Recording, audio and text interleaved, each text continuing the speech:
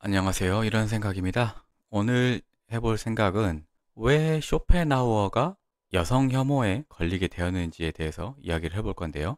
이 여성 혐오라는 말을 사용하면은 유튜브에서 검열이 걸릴 수 있으니까 자혐이라는 말로 대체를 하도록 하겠습니다.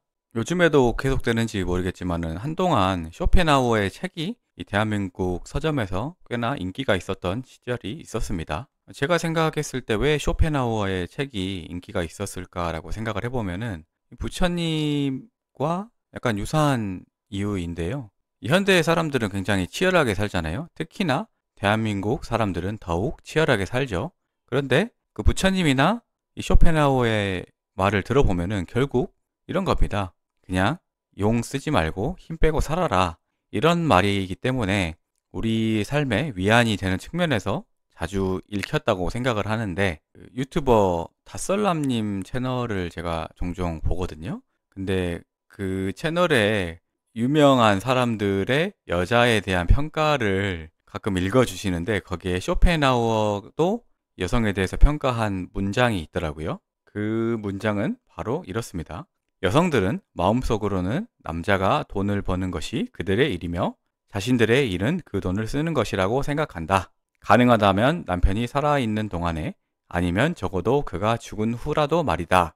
라는 말을 했다고 합니다. 그래서 이 문장 자체가 굉장히 자혐적인 문장이잖아요. 그래서 이 사람이 어떤 인생을 살아왔길래 이렇게 자혐이 걸리게 되었을까라고 궁금을 해가지고 이 재미나이하고 이야기를 하면서 알아보니까, 이 사람 이렇게 이 혐오가 걸릴만 하다라고 납득이 되더라고요. 그래서 본격적으로 시작하기 전에 아까 말씀드린 그 문장 말고 쇼펜하우어가 이 여자에 대해서 평가한 문장들이 몇 개 있는데요. 대표적으로는 여성은 오직 종족 번식을 위해서만 창조되었으며 이 목적을 달성하면 존재의 의무가 끝난다.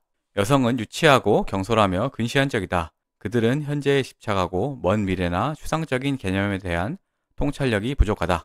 그는 여성을 어린아이와 성인 남성 사이의 중간 단계로 보았다. 여성에게는 정의감이 근본적으로 부족하며 이는 이성과 사유 능력의 결핍에서 비롯된다. 약한 성으로서 속임수와 술책에 의존하는 경향이 강하며 본능적인 거짓말을 한다. 여성은 낭비벽이 강하며 남자는 돈을 벌고 여자는 그 돈을 쓰는 것이 당연하다는 믿음이 뿌리내려 있다. 이거 아까 한 말이네요.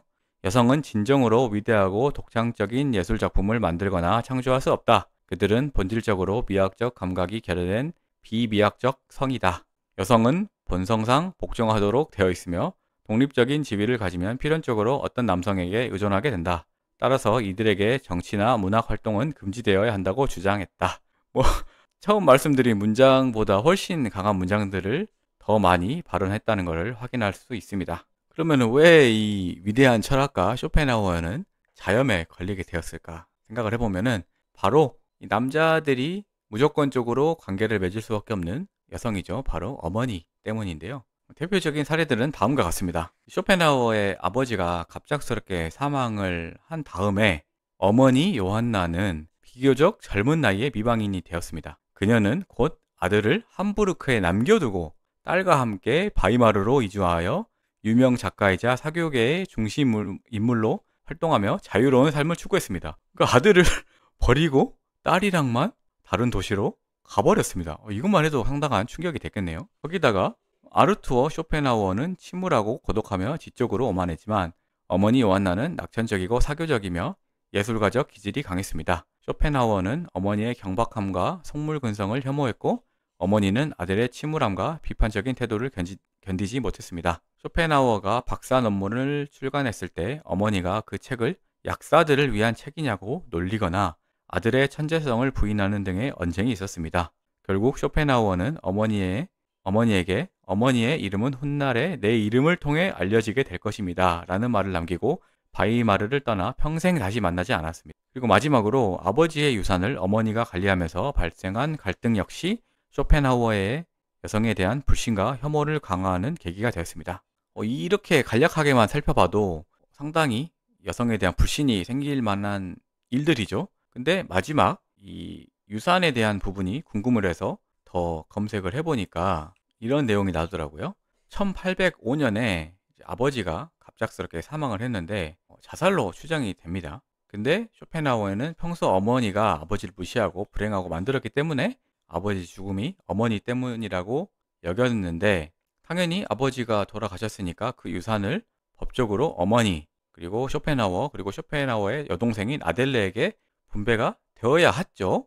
근데 아까 말씀드린 것처럼 왜 쇼펜하우어가 아버지의 죽음이 어머니의 탓이라고 생각을 했냐면은, 이 아버지 같은 경우에는 이제 고지식하고 성공한 상인이었는데, 어머니 요한나는 낭만적이고 사교적인 예술가적 기질의 여자였습니다. 그러니까 지금으로 따지면은 그 있죠. 퐁퐁남 설거지까지는 아니겠죠. 21살에 결혼했으니까. 근데 어쨌든 이제 돈을 보고 남자를 이용하려고 결혼을 한 것 같습니다.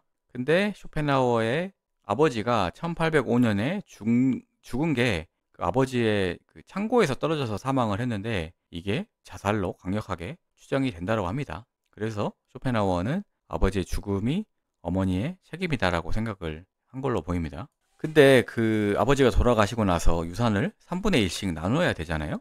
그런데 어머니는 그 아들의 정당한 몫을 주지 않았나 봐요. 그러니까 당연히 쇼펜하우어는 자기 학업이랑 생계를 위해서 결국 소송까지 갔고, 그제서야 자기의 몫인 3분의 1에 해당하는 유산을 받을 수 있었다고 합니다. 그러니까 제일 처음 말씀드린 것처럼 이 쇼펜하우어의 생각에는 이 여자라는 생물은, 남자는 돈을 버는 게 목적이고 여자는 그 돈을 쓰는 생물이다라고 생각할 수밖에 없었겠습니다. 이것만 보더라도. 근데 거기에 더해서 이 쇼펜하우어의 자염이 더 강해질 수밖에 없었던 일이 뭐냐면은, 이 쇼펜하우어는 뭐 재산을 불리는 거는 크게 관심이 없고 자기 학업에 그리고 연구에 전념할 수 있도록 포트폴리오를 거의 다 채권에다가 투자를 했었는데, 1819년 당시에 투자했던 은행이 파산 위기에 처하면서 재산 손실을 입을 뻔했나 봐요. 그런데 쇼펜하우어는 아버지가 상인이었으니까 아마 뒤에서 보고 배운 게 있었기 때문에